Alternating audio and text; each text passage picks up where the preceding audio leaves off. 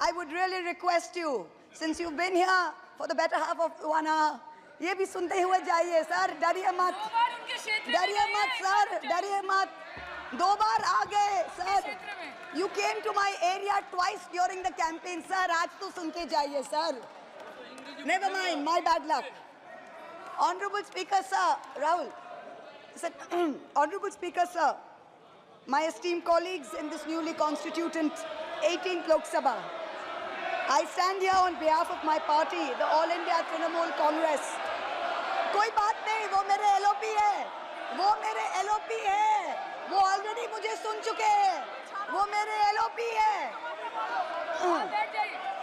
Honorable Speaker sir, my esteemed colleagues, in this 18th Lok Sabha, I stand here on behalf of my party, the All India Trinamool Congress, to speak on the Honorable President's address. The last time I stood here, sir, I was not allowed to speak. I was not allowed to speak. आप लोगों ने अरे let me finish. Dimple, let me finish. Guys, ignore. Let me finish. हाँ, जिसको जाना है, please जाइए, no problem. The last time I stood here, I was not allowed to speak. But the ruling party has paid a very heavy price for throttling the voice of one MP. मुझे बैठाने का चक्कर में जनता ने आपके 63 सदस्यों 63 जन को परमानेंटली बैठा दिया. You have gone down from 303 to 240. In my maiden speech in the Lok Sabha in June 2019, I spoke on the 7 signs of fascism that were taking over this country. 5 years to the date, on June 27, 2024, this House saw the unprecedented scene of the marshals welcoming the President of India, the Honorable President, with a Sengol in their hand. The Sengol is a symbol of the supreme authority of a monarch. It has no place in the temple of a constitutional democracy. But, Honorable Speaker, sir, it is understandable why this happened. Because the BJP has still not understood that their 303 brute majority, their Rajtantra, has been reduced to a 240-seat minority by the Loktantra. They are still living in the world of the Sengol. This sudden changed reality, this new reality, is yet to sink in for the treasury benches and especially for the speechwriters of the Honorable President's address. The speech that the Honorable President read out, she said, the people of India have elected a stable government with a clear majority. Please do not embarrass the office of the President by using poorly edited cut and paste versions of old speeches. This is not a stable government. It depends on multiple allies with a history of U-turns. It has not got a simple majority. The BJP is 32 short of 272. It is going to be a very hard landing for the treasury benches, as was obvious today. This time, there are 234 warriors this time, firmly united, and we have walked through fire to walk through these doors, so you will not be able to shut us up this time the way you did last time. There are numerous statements in the Honorable President's address that defy even a tenuous link to truth and to reality. Like in my 2019 maiden speech when I spoke on 7 signs, today I have picked out 6 themes from the Honorable President's address, and I will analyze how each of them is an exercise in fallacy and exercise in untruth. The address covers many issues, but I have chosen 6 themes. The first theme, the Northeast. The Honorable President's address says that the government has increased allocation for the Northeast by 4 times, has worked for increased and lasting peace in the area. Now, I have one question. Why is the word Manipur nowhere in the speech? Why do we refer to the generic Northeast? During the Lok Sabha campaign, the BJP, the ruling party, the Honorable Prime Minister mentioned many words beginning with the letter M. Musalman, Mullah, Madrasa, Mughal, Mutton, Machli, Mujra, Mangal Sutra, but not once did they mention Manipur.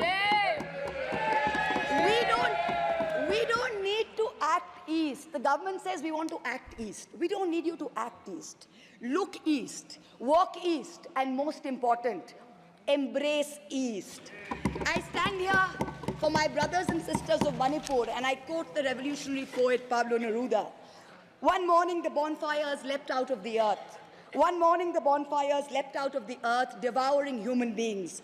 And from then on the fire, from then on blood. Come, see the blood on the streets. Come, see the blood in the streets. Please go to Manipur, see the blood in the streets.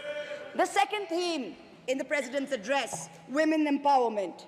The speech says, women in our country have been demanding greater representation in the Lok Sabha and Vidhan Sabhas, and today they stand empowered by the Women's Reservation Act. This is a complete untruth. Firstly, you conveniently delayed reservation for women in parliament because you actually fear women. You fear Nari Shakti. You want their support, but you certainly don't want us here. The 17th Lok Sabha had 78 women, 14.3%. The 18th Lok Sabha, this Lok Sabha has only 74 women. 4 women less than last time, only 13.6%. The ruling party, the BJP, had called a special session to bring in the Women's Reservation Bill. They have got a shameful 30 women MPs out of 240, only 12.5%. It is only Mamata Banerjee's Trinamool Congress that in 2019 had 37%, and even this time has got 38%.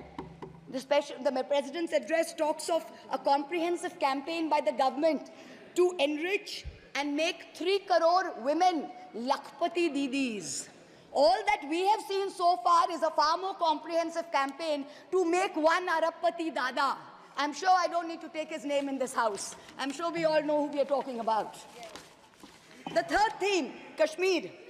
The address mentions that after decades of shutdowns and strikes, the Kashmir Valley has voted in an atmosphere of stability and security. But if abrogating Section 370 was such a good idea, why did the ruling party, the BJP, not even dare to put up candidates in the 3 valley seats of Anantnag, Baramulla and Srinagar? If 370 was such a big deal and you were going to campaign on the basis of 370, you did not even dare to fight the seats. The Kashmir Valley has voted in MPs who were against your 2019 decision. You downgraded Ladakh into a union territory. You told them it was a temporary move. Today, 5 years later, the Ladakhis are still waiting. They have not got back their statehood. You have not given them a legislature. You have not included them in the 6th schedule. You have not given their demand of 2 separate seats of Leh and Kargil. As a result, in the current Lok Sabha, the Ladakhis have relegated you to 3rd position in the Lok Sabha. You lost it. The 4th theme in the Honorable President's address, the Election Commission of India. The speech expresses gratitude to the ECI for conducting the largest election in the world. With all humility, with no intent to denigrate the office of what used to be the august constitutional body of this land, let us as members of this opposition put on record that we won in spite of the EC, not because of it. The commissioners chosen by a government-dominated panel in willful disobedience of the Supreme Court turned a deaf ear to the most egregious violations of the Model Code of Conduct by the ruling party, by the Honorable Prime Minister with his hate-filled speeches and his divisive religion-based rhetoric. This country has been ashamed and disgusted by the language used against minorities during this campaign. This election will go down in history where an eager and compliant election commission turned a blind eye and a deaf ear against the excesses of the ruling party when the MCC was in effect. Opposition leaders were arrested, party accounts were frozen, ED and CBI even came into our election offices with impunity. Ultimately, the voters took charge and they said, "Bahut ho gaya." Enough is enough. The 5th theme, and here I have to commend the speechwriter's very dark, almost macabre sense of humor. The Indian Railways, aviation and infrastructure. The address says that work on the Ahmedabad-Mumbai bullet train is going on at a fast pace, and Indian Railways is doing feasibility studies for bullet train corridors in the north, in the south, in the east of India. Now I'm going to ask the government a question. Why are you, Honorable Chairperson? Is this a cruel joke?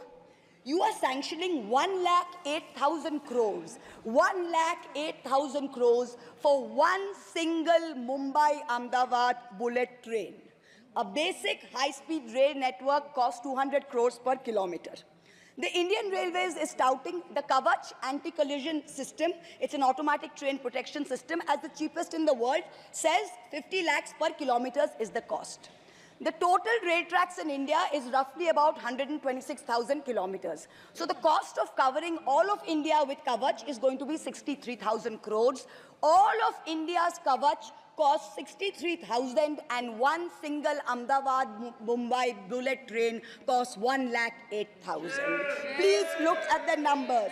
Last June in Balasore, 3 trains collided, 296 people died. The ministry said Kavach was not operational on that route. Last week, Kanchenjunga Express collided with a goods train in New Jalpaiguri. 10 people died. Again, the ministry said Kavach is not operational on the route.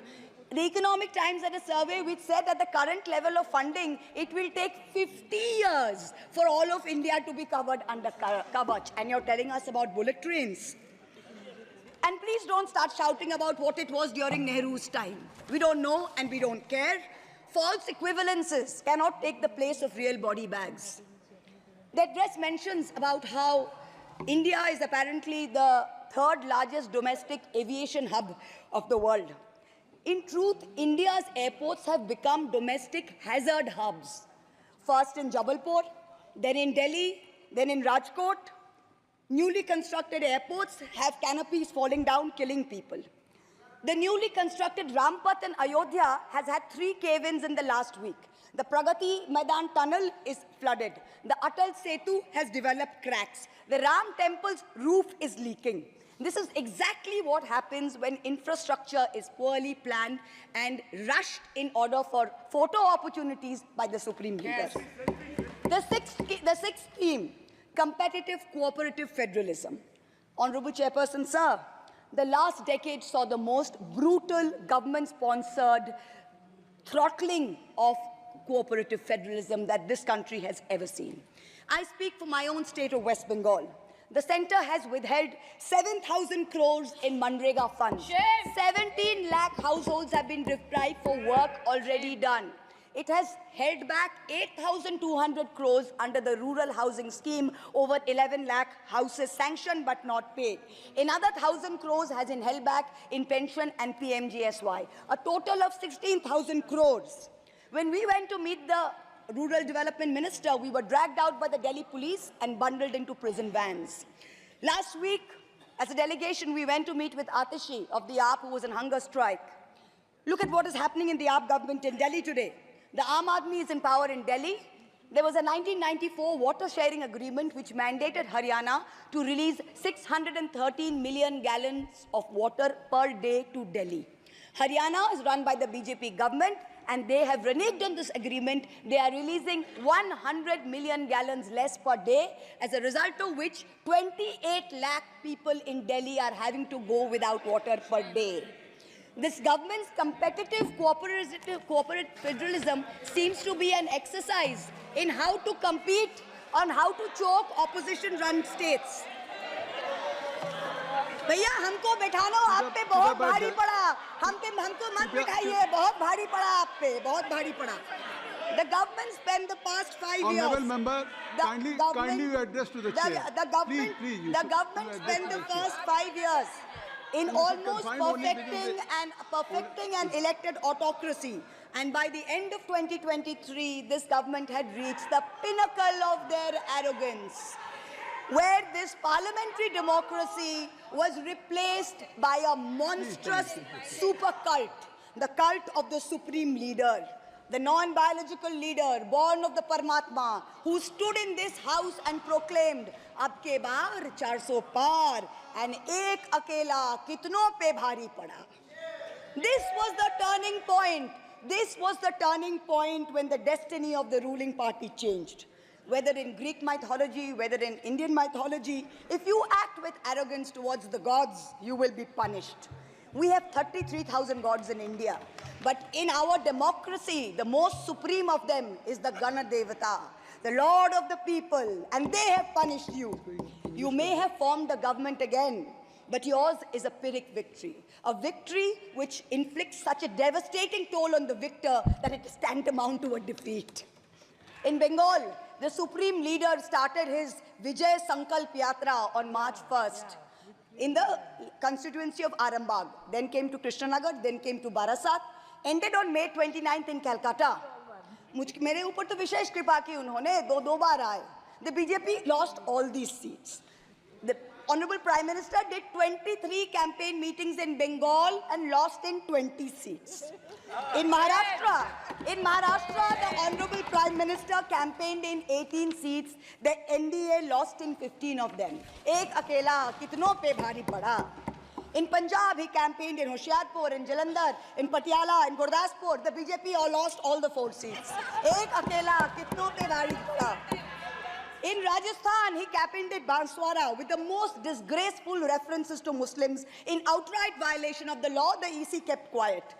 Not only did the BJP lose Banswara by over 2 lakh votes, the BJP, which had won 25 on 25 in 2019 and won the state government only months ago, came down to 14 seats. Ek akela kitno pe bhari pada.